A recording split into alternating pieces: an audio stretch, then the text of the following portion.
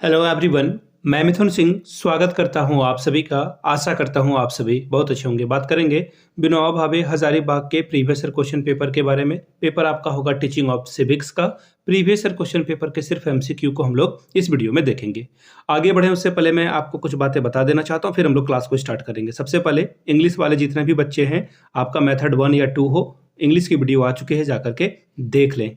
इसके अलावा हिंदी की भी वीडियो आ चुकी है, आप जाकर के देख सकते हैं। इसके अलावा हिस्ट्री की भी वीडियो आ चुकी है, हिस्ट्री के ऊपर मैंने वीडियो बना दिया है। मैथ्स की वीडियो आ चुकी है, फिजिकल साइंस की वीडियो आ चुकी है, और आपको जो है आने वाले वक्त में सिविक्स की वीडियो तो बन ही रही है। आने वाले समय में कॉमर्स, ज्योग्राफी, इकोनॉमिक्स, ये सारे वीडियोस आने की संभावना है। आप नीचे कमेंट करके जिस सब्जेक्ट पे चाहते हैं वीडियो, वो आप नीचे कमेंट करके लिखेंगे। आज रात तक मैं पूरी कोशिश करूंगा वो वीडियो 12 बजे 1 बजे हो। कल रात को भी 1 बजे मैं सोया हूं, तभी ये वीडियो बन पाई। अभी दोपहर को मैं सो गया था, इसलिए वीडियो आपको नहीं दिख रही होगी एक भी। चलिए शुरुआत करते हैं। आगे बढ़े उससे पहले अगर आप जल्दी में है तो 1 मिनट आगे बढ़ा सकते हैं, अदरवाइज ये थोड़ा सा ऐड कर लेता हूं मैं।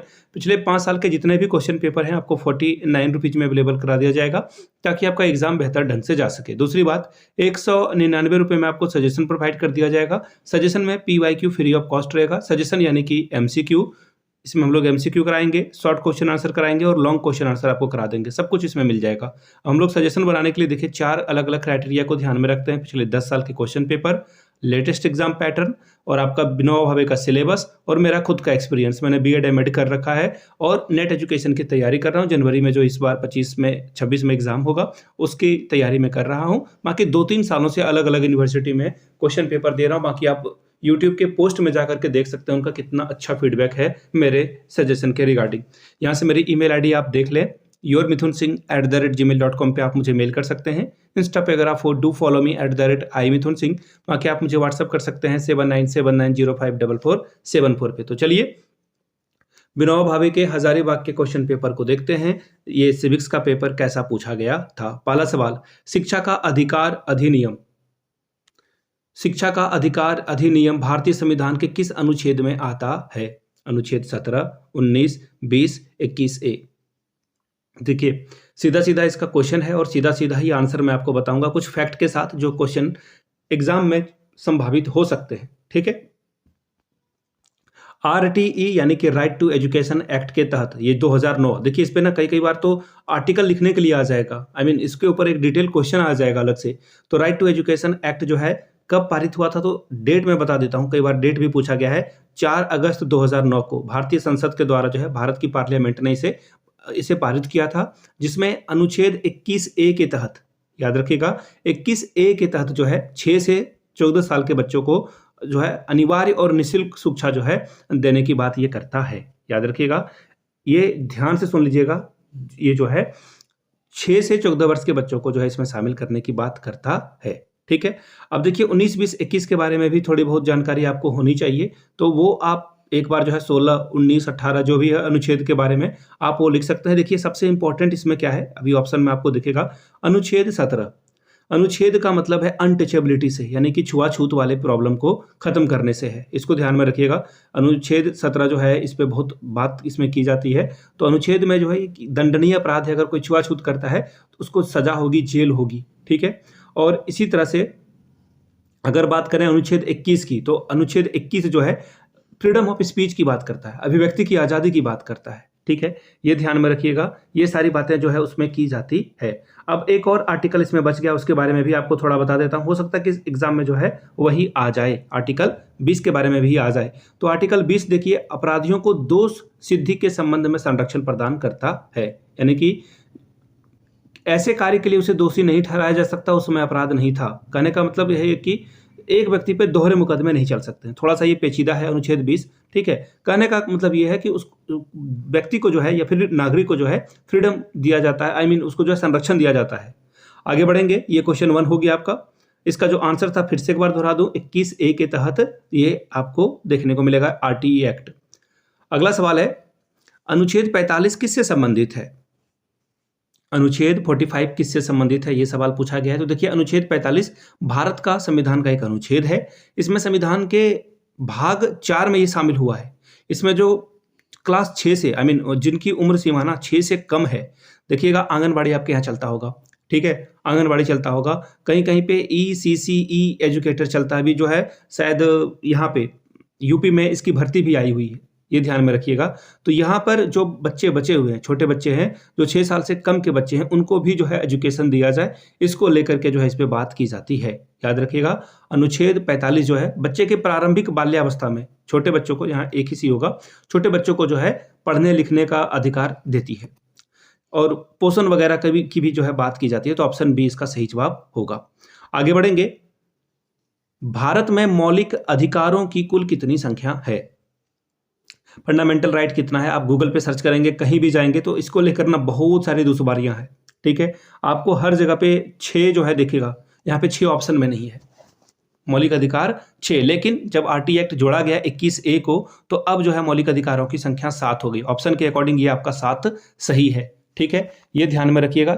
जो भारत के संविधान में मौलिक अधिकार की अगर बात की जाएगी कहीं, अब देखिए इसका जो अलग अलग एग्जामिनेशन भी हुआ है वहां पे भी जो है 6 के बारे में ही ये बात करता है, लेकिन जिसमें कि 6 में कौन कौन है, पहला देख मैं थोड़ा सा जो है आपको बता देता हूं, क्योंकि आप सिविक्स वाले बच्चे हो तो यहाँ पे सवाल आएगा ही आएगा। ठीक है, 14 से 18 जो अनुच्छेद 14 से 18 है, ये किसकी बात करता है? समानता की बात करता है।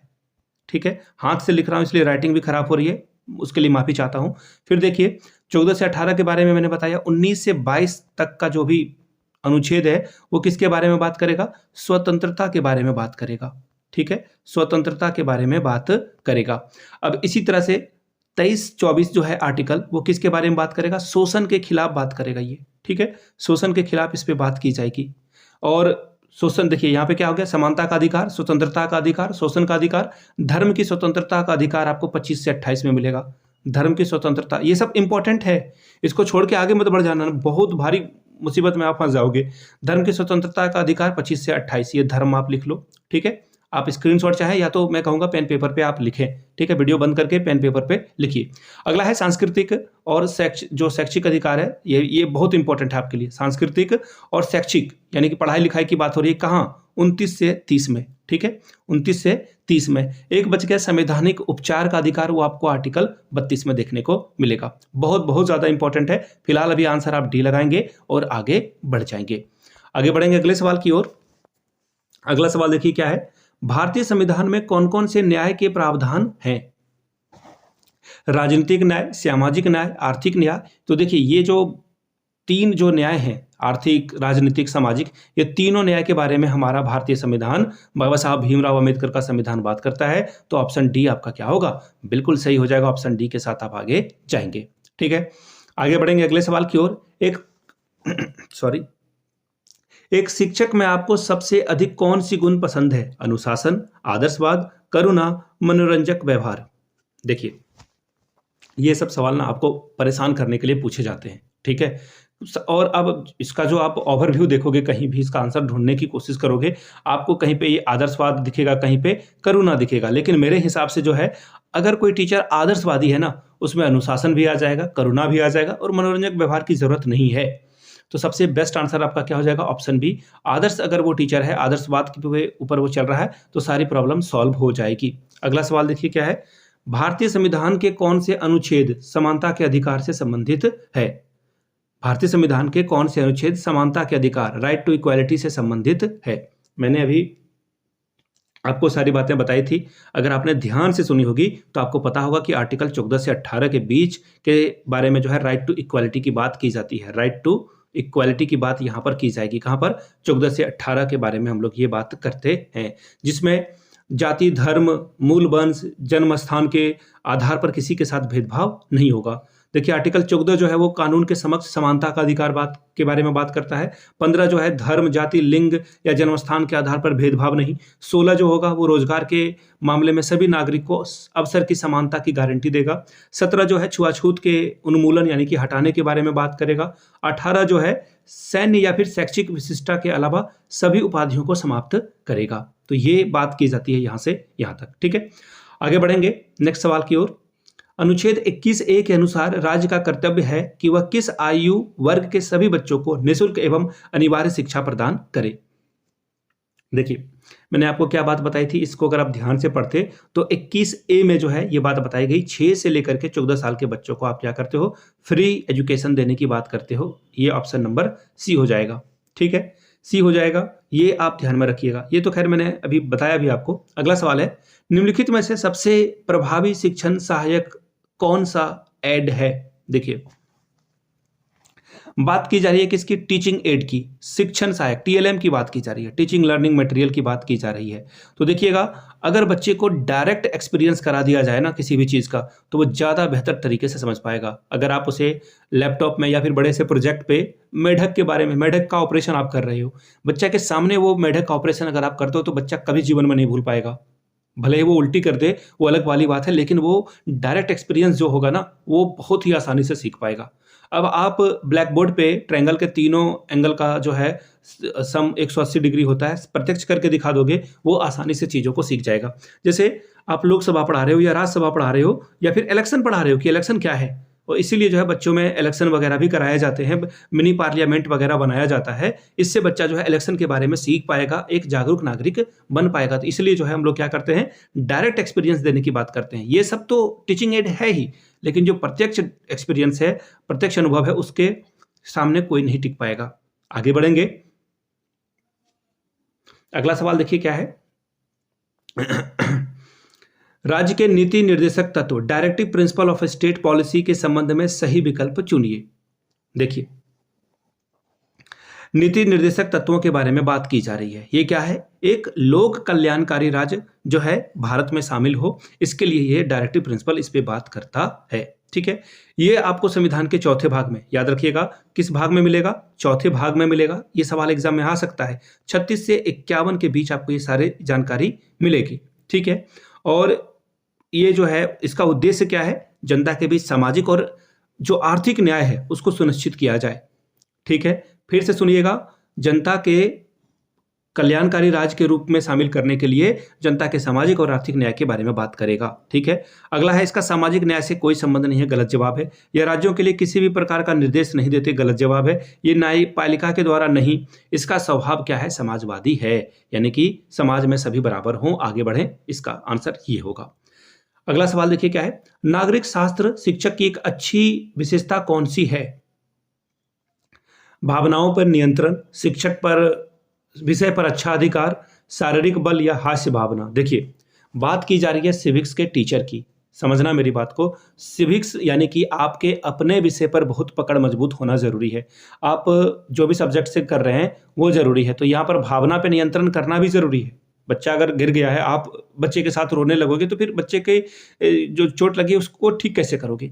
तो भावना पे नियंत्रण तो अच्छी बात है। शारीरिक बल का भी होना ठीक ठाक है, लेकिन शिक्षक को शारीरिक बल नहीं भी होगा तो चलेगा, लेकिन सबसे अच्छा क्या है कि आपको विषय पर अच्छा से जो है पकड़ बनाना होगा, ताकि अच्छी पकड़ अगर आपकी है तो बच्चा जो है आगे सीखेगा, आगे बढ़ पाएगा। इसको ध्यान में रखिएगा, ठीक है। चलिए आगे बढ़ेंगे अगले सवाल की ओर। अगला सवाल, वेट अ मोमेंट, हाँ ये रहा। कक्षा में पाठ्य पुस्तक का उपयोग किस लिए किया जाता है? क्लास में आप जो है बच्चे को पाठ्य पुस्तक दे रहे हो, बुक से पढ़ा रहे हो, इसका मतलब क्या है कि आपको एक ना क्रमबद्ध तरीके से चीज़ों को पढ़ाना है। सिलेबस दे दिया गया है, उसके हिसाब से एक डायरेक्शन दे दिया गया, उस डायरेक्शन को आप लेकर आगे बढ़ते हो, ठीक है। अल्टीमेट गोल क्या है? ये जो पाठ्य पुस्तक है या फिर सिलेबस जो है वो करिकुलम का पार्ट है। किसका पार्ट है? करिकुलम का पार्ट है। करिकुलम क्या चाहता है भाई? बच्चे का डेवलपमेंट चाहता है। तो याद रखिएगा, जो ऑप्शन बच्चे के डेवलपमेंट की ओर लेकर जाएगा हम लोग उसी के साथ जाएंगे। नए मानक स्थापित करना, बताइए हमें क्या अचीव करके दिखाना है? बच्चा कुछ अचीव करके दिखाए तब तो आपकी बहादुरी है, ये कटा। विचारों एवं अवधारणाओं को समझाने के लिए, गलत जवाब। यह निर्धारित करने के लिए कि क्या पढ़ाया जाए, नहीं, बिल्कुल भी नहीं, वो तो करिकुलम डिसाइड कर रहा है। तो शिक्षण उद्देश्य को प्राप्त करने के लिए जो है हम लोग इसे आगे बढ़ाते हैं। लेकिन एक सेकंड, शिक्षण उद्देश्य भी जो है ठीक ठाक है, और मुझे लग रहा है कि ऑप्शन सी इसका सबसे ज़्यादा जो है, विचार और अवधारणाओं को समझाने के लिए हम लोग बुक का इस्तेमाल करते हैं, ठीक है। ऑप्शन ए से ज़्यादा अच्छा सी इसका सही जवाब होना चाहिए। बाकी आपकी इच्छा है, आप रिस्क ले सकते हैं एग्जाम में। आगे देखिए, जब किसी कक्षा में छात्रों की संख्या अधिक हो तो शिक्षक को कौन सी तकनीक अपनानी चाहिए? देखिए, ऐसे मौके पे हम लोगों को बताया जाता है कि आप क्या करें, ग्रुपों में बांट करके बच्चों को वाद विवाद या फिर टॉपिक पे डिस्कशन कराना चाहिए। सामूहिक कार्य और व्याख्यान, देखिए जब भी आप लेक्चर दोगे ना तो बच्चा भटक जाएगा, वन वे कम्युनिकेशन हो जाएगा, तो ये कट जाएगा। व्याख्यान भी फिर से एक बार है। स्व अध्ययन कराओगे, बच्चा स्व अध्ययन करता है कभी? बच्चा खुद से पढ़ता है? वो तो हल्ला करेगा ना, शोरगुल करेगा। तो ऑप्शन ए आपका सही होगा। वाद विवाद, चर्चा और व्यवहारिक कार्य कराने से बच्चा जो है एक्टिव हो पाएगा। व्यवहारिक कार्य यानी कि आप एक्सपीरियंस से काम कराने के लिए कह रहे हो। अगला सवाल है, शिक्षक प्रशिक्षण की आवश्यकता क्यों होती है? टीचर ट्रेनिंग की जरूरत क्यों होती है? शिक्षण कौशल बढ़ाने के लिए, बिल्कुल सही जवाब। मुझे तो लगता था कि मैं बीएड करने से पहले ये सोच रहा था कि हर कोई तो पढ़ा सकता है, टीचर बनने के लिए ट्रेनिंग की क्या जरूरत होती है। जब ट्रेनिंग लिया तो पता चला कि इसकी क्यों जरूरत होती है। तो आपके टीचिंग स्किल को इन्हांस करने के लिए, विद्यालय संगठन की विधियों को समझने के लिए, बिल्कुल। विषय ज्ञान को उन्नत करने के लिए, बिल्कुल सही जवाब है। ऑप्शन डी आपका सही होगा, क्योंकि ऑल ऑफ दीज, और आपको मैंने पहले भी बता रखा है कि 90% चांसेस होते हैं ऑल ऑफ दीज वाले आंसर। अगला सवाल है, भारतीय संविधान में शिक्षा किस सूची में आती है? तो देखिए शिक्षा जो है केंद्रीय सूची में, राज्य सूची, दोनों में आती है, और ऐसे को हम लोग समवर्ती सूची बोलते हैं। Option number C. सपोज कर लें कि कोई जो है, जैसे अभी एआई आ गया, कुछ और भी न्यू चीजें डेवलप हो रही है, दुनिया बदल रही है समय के हिसाब से, और बदलेगी ही। तो जब कुछ नई चीजें आती है जो कहीं नहीं शामिल हो, ना केंद्रीय सूची में, राज्य सूची में, ना समवर्ती सूची में, तो वो ऑटोमेटिकली केंद्रीय सूची में यानी कि यूनियन गवर्नमेंट के पास चली जाती है। याद रखिएगा, अगर कुछ ऐसा दिखे जो आपको पता ना हो तो उसे आप यूनियन गवर्नमेंट की ओर ज्यादा टिक मारने की कोशिश करना। ठीक है, आगे बढ़ेंगे। शब्द सिविक्स की उत्पत्ति किस भाषा से हुई है?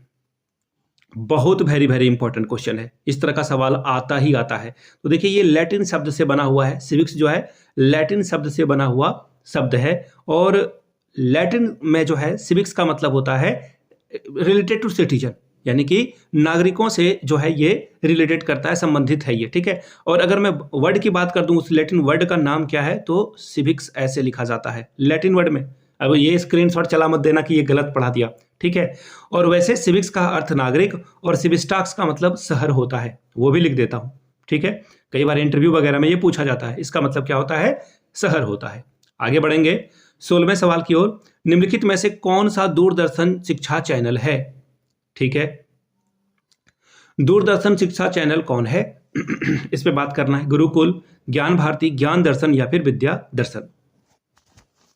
देखिए गुरुकुल पुराने जमाने में पढ़ाए जाते थे, गुरुकुल तो है नहीं, लेकिन अगर आप देखोगे ध्यान से तो देखिए आपको इसका जो आंसर है अलग अलग जगह पे अलग अलग भी मिल सकता है। ठीक है, ज्ञान दर्शन जो है आपको राजस्थान में देखने को मिल जाएगा। ठीक है, ज्ञान भारती नहीं मिलेगा, ज्ञान दर्शन इसका सही जवाब होगा। विद्या दर्शन भी नहीं होगा, ऑप्शन नंबर सी हो जाएगा, ज्ञान दर्शन। ठीक है, गूगल पे सर्च करिएगा तो आपको जो है लोगो वगैरह भी DD1 का दिख जाएगा, शायद दिख जाना चाहिए।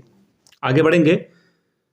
विद्यार्थी के व्यक्तित्व के विकास को सबसे अधिक कौन प्रभावित करता है? देखिए विद्यार्थी के पर्सनालिटी को तो हर कोई प्रभावित करेगा, ऑब्वियस सी बात है। नेगेटिव वे में करे, पॉजिटिव वे में करे, वो तो करेगा ही करेगा, लेकिन सबसे अधिक कौन प्रभावित करता है?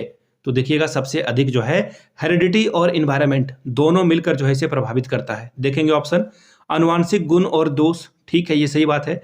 घर का शैक्षिक माहौल, ये भी सही बात है। बड़ों की सांस्कृतिक अभिवृद्धि, ठीक है। संस्था का अनुशासन। अब ध्यान से अगर आप देखिएगा व्यक्तित्व जो है वो वातावरण जो है, एक्चुअली क्या है कि अगर कोई बच्चा उसके माँ पिताजी नहीं पढ़े हैं तो जरूरी नहीं कि वो नहीं पढ़ पाएगा, ऐसी बात सही नहीं होती है। ठीक है, तो आनुवांशिक दोष और गुण को तो थोड़ा बहुत हम लोग आगे पीछे कर सकते हैं, लेकिन घर का अगर शैक्षिक वातावरण ठीक है तो बच्चा ठीक ठाक पढ़ लेगा। ऑप्शन बी आपका सबसे अच्छा जो है ऑप्शन होगा। आगे बढ़ेंगे। गला मेरा बहुत खराब है, बट क्या करें, आप लोगों का पेपर है तो मैं सोच रहा हूं कि आपके लिए वीडियो बना दी जाए। अगला सवाल देखिए क्या है, शिक्षण में सबसे महत्वपूर्ण माध्यम क्या है?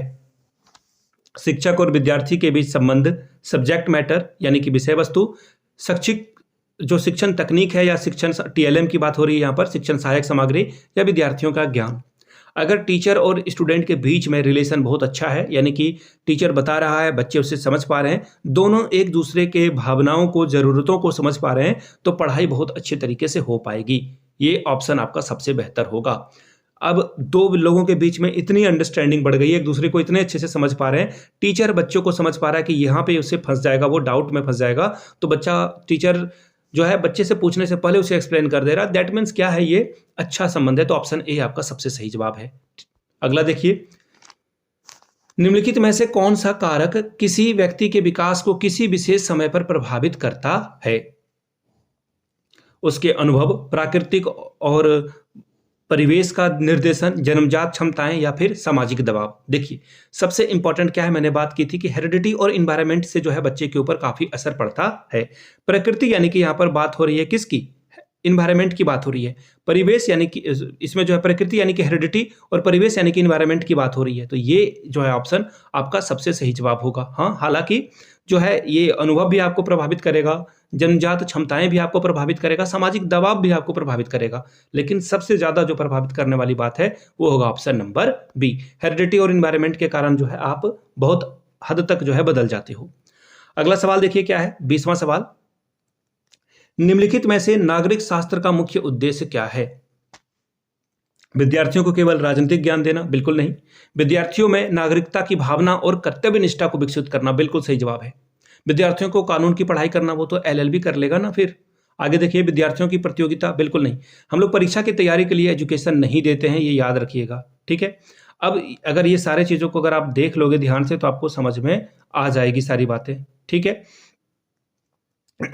तो फिलहाल क्या इसका जो सही जवाब हो जाएगा वो क्या होगा, विद्यार्थियों में नागरिकता की भावना को जो है आपको विकसित करना है।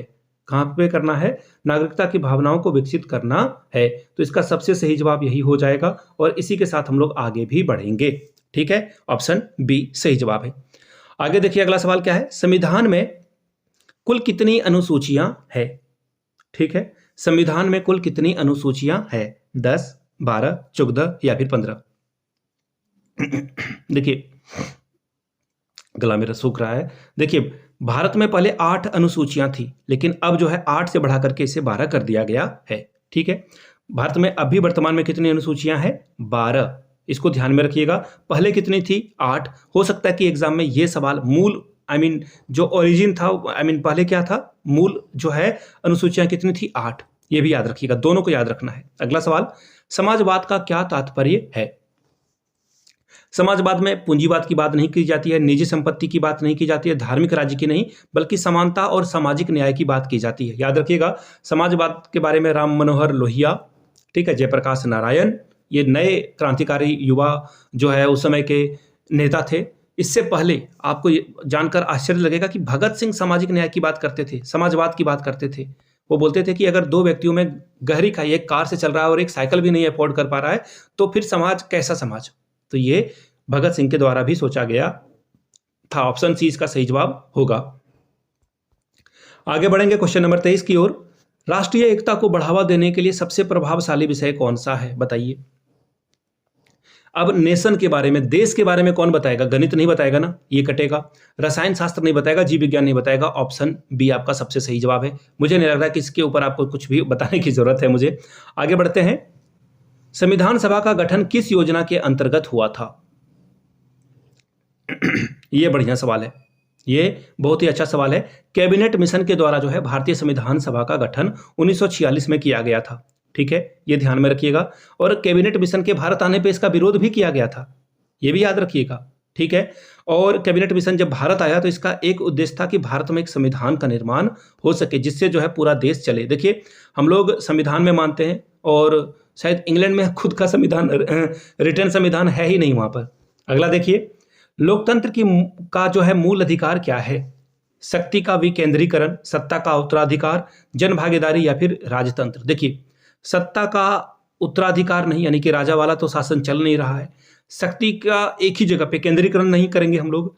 राजतंत्र तो चल नहीं रहा है। जन भागीदारी यानी कि जनता की भागीदारी, सिटीजन की भागीदारी की बात की जा रही है। तो ऑप्शन सी आपका सबसे सही जवाब होगा।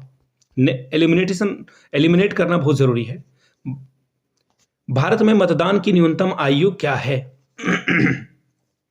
सॉरी, 18 साल, 21 साल, 16 साल या 25 साल? तो देखिए इसका आंसर हो जाएगा 21 साल। 21 साल जो है भारत में मतदान की न्यूनतम, सॉरी 18, पता नहीं मेरी तबीयत ठीक नहीं हो रही, 18 जो है इसका सही जवाब होगा। पहले 21 हुआ करती थी, ठीक है। और किस पीएम के समय जो है इसकी सीमा को जो है 21 से 18 कर दी गई थी? नीचे उस पीएम का नाम बताइएगा आप लोग, ठीक है। अगला सवाल देखिए क्या है। नागरिक शास्त्र की प्रमुख विधियां कौन सी शामिल नहीं है? देखिए क्या है, अध्ययन भ्रमण करना, व्याख्यान विधि, प्रयोग विधि, विचार विधि, विचार विमर्श। डिस्कशन करना बहुत जरूरी है, ठीक है। प्रयोग विधि भी बहुत अच्छी बात है। भ्रमण करके भी आप जो है जैसे संविधान के बारे में आप जान सकते हैं कि यहाँ पर संविधान का बैठक हुआ और भी बहुत सारी चीजें। व्याख्यान विधि गलत है, ऑप्शन बी आपका सही है। आप अगर लेक्चर से पढ़ाओगे बच्चा ऊब जाएगा, बोर हो जाएगा और नहीं सीख पाएगा। आगे बढ़िए, मानव अधिकार दिवस कब मनाया जाता है? मानव अधिकार दिवस 10 दिसंबर। कहाँ है ऑप्शन? ऑप्शन नंबर बी, यानी कि मानवाधिकार दिवस जो है 10 दिसंबर को मनाया जाता है। और याद रखिएगा 10 दिसंबर 1948 को संयुक्त राष्ट्र महासभा के द्वारा जो है यूडीएचआर यानी कि मानवाधिकार की सार्वभौमिक घोषणा और अपनाने के बारे में ये बात करता है। और हर साल 10 दिसंबर को हम लोग मानवाधिकार दिवस मनाते हैं। अगला सवाल, नागरिक शास्त्र शिक्षा में कौन से मूल्य सिखाए जाते हैं? अनुशासन, सहनशील, असहिष्णुता, उत्तरदायी। देखिए सभी, मैंने कहा ना आपको, जब भी आपको ऑल ऑफ दीज मिले तो ये सबसे अच्छा ऑप्शन होता है, ऑप्शन नंबर डी। अगला सवाल है, समानता का अधिकार संविधान के किस अनुच्छेद में है? इसके बारे में मैंने आपको बताया था कि आपको जो है समानता का अधिकार भारत के संविधान 14 से 18 में आपको देखने को मिलेगा, ठीक है। अब यहाँ पे बात आ गई है किसकी? अब यहाँ पे बात आ गई है अनुच्छेद 19, 21, 14 और 32। तो एक एक करके पहले सारे अनुच्छेद के बारे में फिर से एक बार रिपीट करके पढ़ लेते हैं। अनुच्छेद 19 जो है क्या है? एक भारतीय संविधान के द्वारा जो है नागरिक को 6 स्वतंत्रता की गारंटी देता है, ठीक है। ये अनुच्छेद 19 में जो है इसका वर्णन आपको देखने को मिलेगा, ठीक है। भाषण वगैरह आप दे सकते हैं, फ्रीडम ऑफ स्पीच वगैरह आपको यहाँ पे देखने को मिलेगा। अनुच्छेद